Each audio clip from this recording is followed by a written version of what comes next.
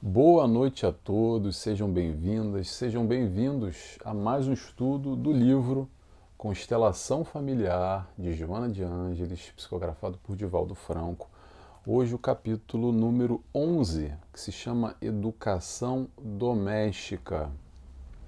Nesse trabalho em parceria com a TV e Rádio Chico Xavier, todos os sábados vai ao ar às 19 horas e nas minhas mídias sociais às segundas-feiras, sem horário definido.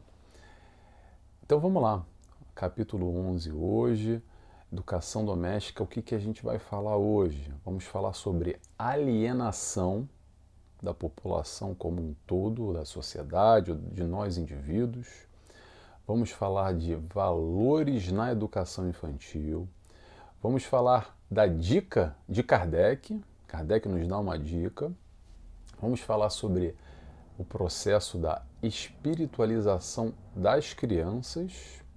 Vamos falar sobre educação do futuro e vamos falar também sobre os educadores que erram. É um pouco disso que a gente vai falar e muito mais, como sempre. Mas antes de iniciar, como de costume, é o momento da nossa oração, da gente se desconectar do mundo lá fora e que a gente possa se conectar aqui dentro.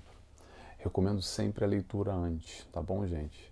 Tem aí disponível em PDF, online ou nas livrarias também. Centros espíritas é mais fácil encontrar, ou pode pedir online também para quem gosta do livro em formato de papel. Vamos à nossa oração? Vamos lá. Então convido a todos a fecharem os olhos em conjunto comigo. E agradecemos assim a Deus Pai, primeiramente, a Jesus, nosso mestre e guia, nosso amigo, por toda a sua luz, por todo o seu amor. Agradecemos também a Joana de Ângeles, que nos fornece essa obra-prima, esse livro, esse estudo, todas essas reflexões que nos auxiliam tanto na nossa compreensão, nas nossas vidas, e a toda a espiritualidade de luz que nos acompanha, que nos ilumina, que nos permite raciocinar e buscar esse crescimento através das diretrizes do Cristo. Que possamos assim dar o início a mais um estudo desse livro. Que assim seja, graças a Deus. Então vamos lá, vamos começar com essa história de educação doméstica que Joana nos traz. Eu retirei aqui alguns trechos para a gente refletir hoje. O primeiro trecho que eu retirei aqui foi o seguinte: Joana de Ângeles nos diz: o excesso de comodidade oferecido pela tecnologia tem ensejado ao materialismo a aplicação da sua lógica pervertida que aliena o indivíduo, por atirá-lo no abismo do inconformismo resultante das ambições desmedidas a que se entrega na volúpia de tudo gozar de imediato, em face da constante presença da morte aniquiladora. A morte aniquiladora. Quem tem medo da morte? A vida se vive uma vez só, vamos gozar ao máximo. Pessoal, primeiro aqui, alguns pontos que eu retirei nessa reflexão, já que Joana já coloca algumas coisas bem importantes para a gente identificar na sociedade, nos indivíduos e, claro, em nós também, principalmente, porque todo esse estudo, toda essa reflexão aqui não é para a gente ficar olhando para o mundo só e apontando o dedo e classificando e julgando e botando cada um no seu quadrado. É principalmente para a gente tentar buscar no entendimento pessoal o quanto isso me toca, ou não me toca, mas alguma coisa aqui nesse livro com certeza vai nos tocar. Mas vamos lá. Então o que a gente tem hoje em dia? A gente tem tecnologia, a gente tem materialismo que gera essa alienação nos indivíduos. De que forma isso? Sabe aquela história do comportamento de manada? Vou explicar para vocês o que é o comportamento de manada. Imagina uma manada de bois, muitos bois ou muitas vacas juntos, e de repente um começa a correr. Um boi dá louca, pisa no pé do boi, na pata dele, no pé não, na pata, e ele começa a correr. E de repente todo mundo começa a correr junto. Mas ninguém sabe muito bem por que está correndo, ninguém sabe o que faz. só faz. Por quê? Porque todo mundo está fazendo. Só segue, não pensa, não raciocina. É um pouco disso que nós vivemos no mundo atual, ou não? Interrogação. Quantos de nós, sociedade, indivíduos, sabemos verdadeiramente o porquê que a gente faz certas questões ou só está ali acompanhando porque todo mundo está fazendo? Então, se todo mundo faz, eu tenho que fazer também. Mas porque não sei, mas eu tenho que fazer. E de alguma forma isso gera aquela questão do imediatismo, porque a gente tem essa busca do gozo imediato, que Joana ressalta aqui, muito voltado nessa questão do agora, desse momento, não tenho tempo para nada, tem que ser nesse instante para ontem. E isso, o que acontece de alguma forma também, que gera uma percepção quase como uma droga, porque aquela emoção é o prazer a curto prazo, o gozo vem rápido, mas também vai rápido. E aí eu quero mais, e eu quero mais, e eu quero mais. E a vida é um eterno correr atrás do rabo, buscando gozos e momentos de emoções, momentos diferentes, com emoções rápidas, de prazeres instantâneos, curtindo essa intensidade, essa rapidez, mas eu posso afirmar para vocês, vazio, vazio de felicidade, vazio de plenitude. Sabe por quê? Porque é muito raso, porque não tem profundidade, é muito pouco, não tem sentimento, não tem conteúdo. Não estou dizendo que o prazer, o gozo rápido, se fosse ruim, não estaria lá, atenção. É que nem a história da droga, tá, gente? Ah, a droga é muito ruim, etc. Claro que é ruim, é péssima a droga, mas atenção, algum prazer gera. Vou fazer aqui uma comparação bem, desculpa a agressividade, tá, que eu vou falar aqui, bem chula.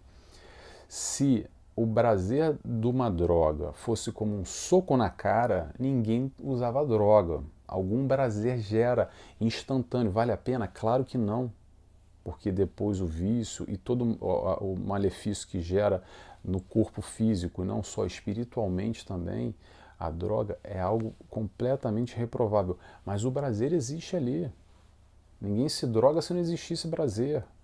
E tu tá falando drogas, ok? Mas há outros tipos de drogas também, como essa droga que eu quero dizer, fazendo essa comparação, essa analogia, nessa busca dos prazeres instantâneos, nessa coisa incessante o tempo inteiro, eu tenho que estar gozando, curtindo a vida.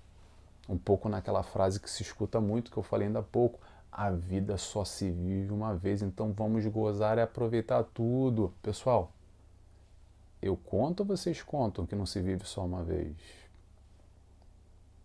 Será que a gente tem essa percepção? Aquela frase nos Estados Unidos, pronto, na língua inglesa, get rich or die trying, quer dizer o seguinte, seja rico ou morra tentando. Será que não é um pouco assim que o mundo vive? O prazer instantâneo que o dinheiro pode proporcionar, o que o dinheiro pode comprar? Interrogação. Quantos de nós, espíritos aqui encarnados nesse planeta, vamos olhar para todo mundo agora, tá? Vibra nessa busca do prazer, da carne, muito ligado ainda, quando a gente faz essa leitura um pouco mais profunda, que a doutrina nos ajuda a perceber, ampliar esse horizonte, muito mais voltado aos prazeres da carne ainda, no primitivo, muito longe da luz ainda, nessa percepção de felicidade. Não estou falando de prazer, não estou falando de gozo, não estou falando de emoção, estou falando de felicidade que Jesus nos apresenta como o final do pote de ouro, digamos assim, que é esse prazer que não entrega isso, e por isso que é raso, e por isso que é como uma droga que se tem e logo aquilo passa rápido e se quer ter de novo. Por quê? Porque não se consegue encontrar algo mais profundo. E a gente consegue algo mais profundo aonde? Através do Mestre Jesus, com o ensinamento dele, a felicidade que ele nos apresenta, que não é desse mundo, a felicidade através do amor, que está bem distante do que prazer pelo prazer. Então fica a pergunta no ar, como é que a gente busca esse equilíbrio de viver na carne, com as questões de ter e ser, que é isso que a gente vai falar no próximo capítulo, no próximo trecho agora aqui que eu separei. Joana de Ângeles nos diz: assim sendo, agora a gente vai falar, gente, desculpa, só fazer uma introdução, a gente vai falar agora sobre educação infantil, tá? Vamos lá. Assim sendo, é perfeitamente natural que se apliquem os novos métodos educacionais, aqueles que trabalham o educando para ser, para conhecer, para fazer e para conviver, de forma a criar-se condições de amadurecimento psicológico nas novas gerações, ensejando-lhe os meios hábeis para a escolha equilibrada do ter e do ser. Agora vem a dica de Allan Kardec.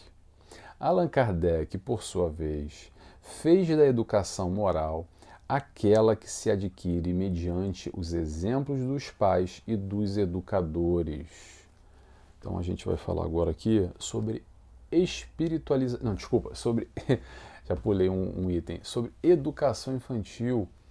Pergunta: quais são os valores que a gente passa para as crianças? Interrogação. O que mais importa é o ter ou é o ser? A eterna pergunta que fica. Antes de passar para a criança, questione a você mesmo. O que é mais importante para você? É ter ou é ser? Mediante a tua resposta, você vai perceber o que você passa para o teu filho. Não só o dizer que tem que ser assim ou tem que ser assado, mas são os valores que nós vivenciamos através das nossas realizações, das nossas atitudes na nossa vida, baseados nessas estruturas que nós criamos. Então, se a gente está pautado, se a base, a origem, o cerne da questão é ter, nossa vida toda vai se encaminhar nessa direção. Se for ser, vai se encaminhar numa direção, num outro sentido. Não precisa ser os opostos, dá para ter e ser ao mesmo tempo, dá para caminhar no meio. É um grande desafio. É difícil, mas é possível. Mas a maioria das pessoas vive num oposto, num 8 ou no 80. Muito mais para o ter do que para o ser. Ok? O equilíbrio. Fica a questão o equilíbrio. Então, o que importa mais? O ter ou o ser? E nessa questão, principalmente da educação infantil, que valores nós passamos para as nossas crianças? Fica a pergunta, e aí a gente vem com a dica de Kardec. Kardec deu a dica. Sabe qual a dica que ele deu? Foca na moral. Claro que o intelecto também importa, tá bom, gente? Mas a escola, principalmente a educação mundana, digamos assim, vai focar nesse intelecto. Agora, principalmente o aspecto moral é o que nós podemos dar dentro do lar, dentro dessa educação doméstica para as nossas crianças. Então você, educador, foque na moral, que é isso que mais importa e é isso que mais nos falta enquanto espíritos aqui encarnados. Vamos lá? Próximo trecho que eu separei aqui de Joana. Cadê? Tá aqui. Nos diz o seguinte: a educação tem, portanto, um compromisso com a espiritualização do educando, orientando em torno da realidade de Deus, da criação e da finalidade espiritual da existência humana. Nesse sentido, o amor desempenha um papel fundamental por oferecer valores de equilíbrio nas emoções e compreensão em torno de todas e quaisquer dificuldades detectadas no educando. Pessoal, é o seguinte, a gente vai falar agora sobre espiritualização da criança. Vamos apresentar Deus para as nossas crianças, para o teu filho, para a tua filha. Apresenta Jesus, apresenta a moral do Cristo, além do que a escola vai poder oferecer. os valores que são importantes para você e que vão ajudar também essa criança no desenvolvimento dela, nesse momento que ela está aqui, na educação dela, na caminhada dela. O reconhecer talvez de uma nova realidade que ela não conhece antes, como um espírito encarnado, pode ser o primeiro momento.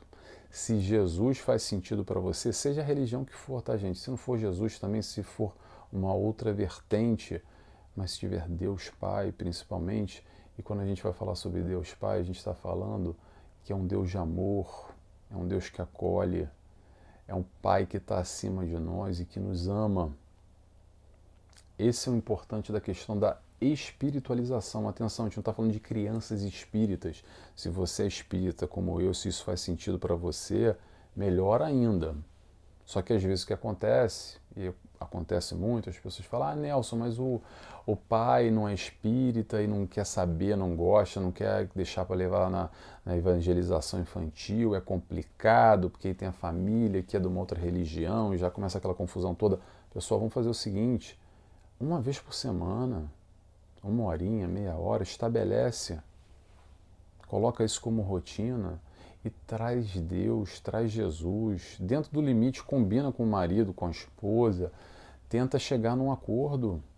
O importante é não deixar esse vácuo, esse vazio, tenta apresentar esse Deus que há algo além no mundo, que é algo mais profundo do que só essa materialidade que a gente vivencia aqui, buscando essa proposta do ser além do ter, porque se deixar de rédea solta, principalmente nessa questão da informática, de tudo isso que gira no mundo, a chance de ficar focado nisso é muito maior. Então, fazer esse equilíbrio, apresentar essa outra vertente é um grande desafio, mas uma coisa eu posso assegurar, só vai ajudar essas crianças que chegam aqui e que, voltamos a repetir, estão sob a nossa tutela, sob a nossa guarda, para a gente orientar e tentar dar o melhor ensino, a melhor educação, principalmente o melhor amor dentro das nossas possibilidades. E apresentar Deus, apresentar Jesus é um ato de amor imenso para essas crianças, tá bom? Então vamos lá, vamos seguindo então para o nosso próximo trecho. Deixa eu ver se eu falei tudo aqui. Falei tudo. Agora a gente vai falar sobre a educação do futuro. Educação do futuro. Espera aí. Vamos lá, tá aqui. A verdadeira educação necessita resgatar os valores éticos, morais que foram relegados a plano secundário, elaborando a conscientização da responsabilidade do ser perante si mesmo, o seu próximo e a vida no qual se encontra sem possibilidade de fuga. A educação para a nova era deve estruturar-se, sem dúvida, no conceito de realização integral, abrangendo os valores culturais, sociais, econômicos, morais e espirituais do ser humano. Vou só ressaltar uma coisa que Joana de Ângeles falou aqui, na qual se encontra sem possibilidade de fuga. Pessoal, não tem fuga nenhuma, não tem deixa para depois, não tem pendura na conta. Fez aqui, lá na frente a gente mesmo que busca, tá bom? Então esse entendimento, essa realização, principalmente nesse ensino através da reencarnação. E quando a gente fala reencarnação, as pessoas vinculam muito, ah não, porque isso tem a ver com religião, tem a ver com crendice, não tem nada a ver com isso, tem a ver de um entendimento maior, uma amplitude que a gente vai conseguir compreender, que não tem nada a ver com uma coisa ou com a outra, tem a ver nesse entendimento do plantio e da colheita, que o que a gente faz aqui, a gente vai rever aqui. E esse plantio pode ser, como eu digo sempre, vou repetir, pode ser flores, como pode ser caco de vidro. Cada um planta o que quer, da maneira que quer, quando quiser, ou não planta nada também e não vai colher nada, porque o plantio é opcional, mas a colheita é necessária. E aí tem gente que colhe e quando vai meter a mão na terra e vai lá colher e corta a mão e fica, meu Deus, mas que injustiça que eu cortei a mão. Foi você mesmo que plantou caco de vidro, meu irmão. Desculpa te dizer isso, tá? Desculpa se é duro e se dói. Ninguém aqui é bobo, ninguém aqui é criança. Nós somos espíritos reencarnantes e a maioria de nós não foi grande flor que se cheire no passado, não plantamos flores. Não é à toa que a gente está cheio de mazela, cheio de egoísmo, cheio de orgulho num mundo como esse. Faz parte do nosso crescimento, mas o importante é que a gente pode hoje fazer um plantio melhor, independente se a gente passou 10 encarnações plantando caco de vidro. Todo tempo a gente pode plantar e agora a gente está com a mão na terra para plantar alguma coisa. A terra está aí na tua frente. O que você vai plantar? O que você vai fazer? Interrogação. Esse é o entendimento para mim da educação no futuro. Tá? Estou compartilhando. Claro que Joana de Ângeles ressalta questões muito mais amplas, essa amplitude, principalmente nessa questão educacional com as crianças, dos valores culturais, sociais, econômicos, morais e espirituais, que é algo que ainda não se abrange. De alguma forma, nós, enquanto educação acadêmica no mundo, as escolas, enfim, a pedagogia num todo, ainda está muito limitada para o que será, mas de alguma forma também a gente vem fazendo avanços, conforme o nosso avanço científico, o avanço intelectual da sociedade como um todo, também as estruturas, as escolas vão se modificando, porém ainda está muito aquém. Penso eu, tá? Desculpa aqui a minha ignorância talvez de estar falando, mas a minha percepção, pronto. Eu acredito que está muito aquém do que será, mas a gente vem fazendo avanços, isso que é importante. E sim, nós podemos, enquanto educadores, talvez preencher, digamos assim, essa lacuna, esse vácuo aonde a escola tradicional não consegue chegar ainda por falta de base, estruturas que eu acredito que vão sendo revistas, reeditadas, atualizadas conforme o tempo vem passando, tá bom? O importante é a gente buscar esse ampliar de consciência nessa busca não só de ter, mas principalmente do ser, a busca do aprendizado através do amor. É o crescimento, é o crescer através do amor. É isso que a gente está falando aqui, é isso que Joana de Ângeles está falando, principalmente nessa correção. Como é que ela fala aqui, gente? Espera aí, deixa eu buscar aqui de novo. Me falhou um trecho aqui. Perante a si mesmo, próxima vida, qual... Não, peraí. Me perdi, pessoal. Me perdi, não tem problema, mas a mensagem está dada. O importante é a questão do amor, no corrigir, é isso que ela falou, não sei que trecho foi aqui, me perdi.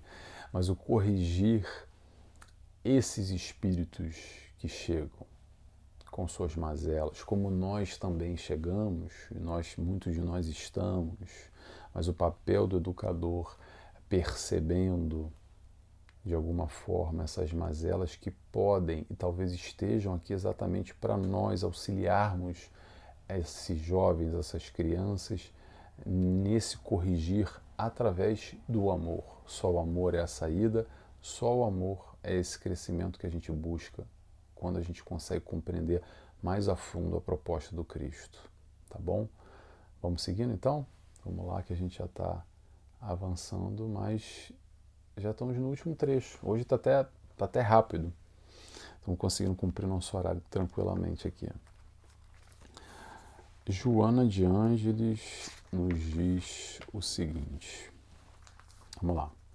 Entre as características dos educadores devem ser ressaltadas a humildade e a coragem de serem verdadeiros, reconhecendo quando erram, jamais impondo o que desejam, utilizando-se da conduta de adultos e de orientadores. Quando tal ocorre, os educadores percebem que estão sendo manipulados, os educadores não.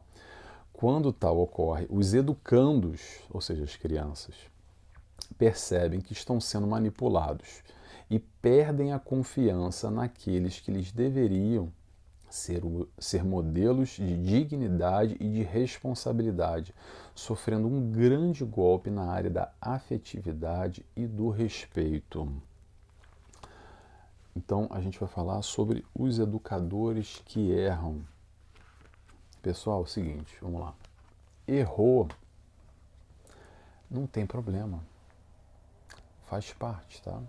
Reconhece o teu erro, fala que errou para a criança e faz diferente. Isso não vai mostrar fragilidade nessa figura da autoridade do educador. Educar é também educar-se.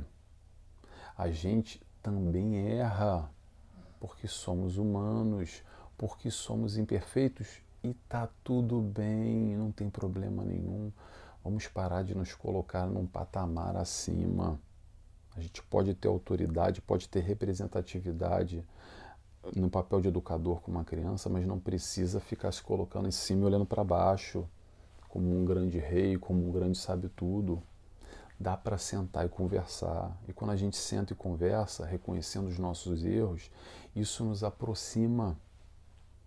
Quando a gente bate o pé nos nossos erros e fica com essa postura de quem manda sou eu que estou falando, você não sabe de nada, cala tua boca, no sentido que seja, isso nos afasta.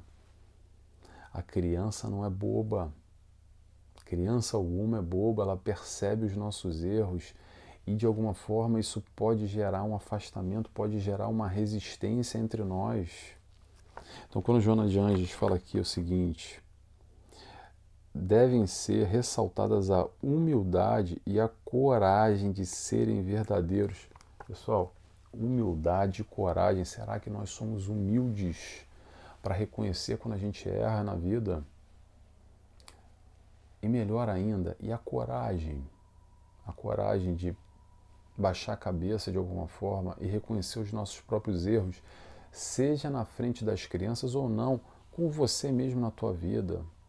Quantas vezes a gente se cobra demasiadamente e não aceita que a gente erra porque a gente quer ser perfeito e fica se punindo porque eu não podia ter feito isso, eu não deveria ter feito aquilo, mas fez. E qual o problema? Faz de novo, tenta de novo.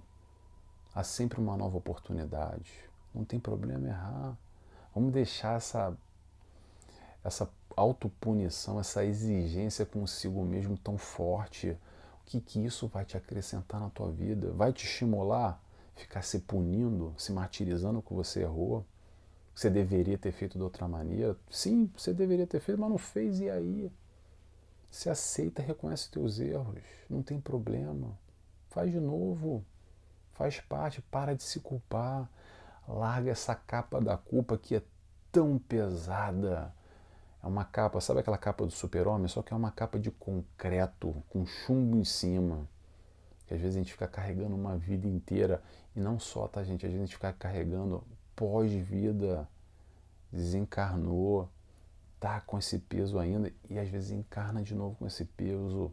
Não sabe de onde, mas tem uma culpa instintiva que vem que tudo se culpa, porque eu deveria. Às vezes não tem nada a ver com aprendizado social, com aprendizado na infância.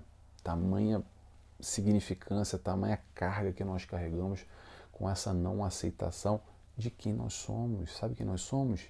Imperfeitos.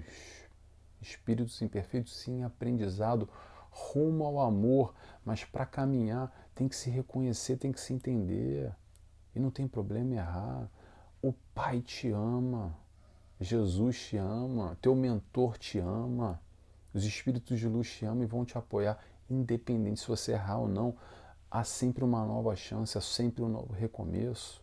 Então vamos seguir nossa vida com tranquilidade, tá bom?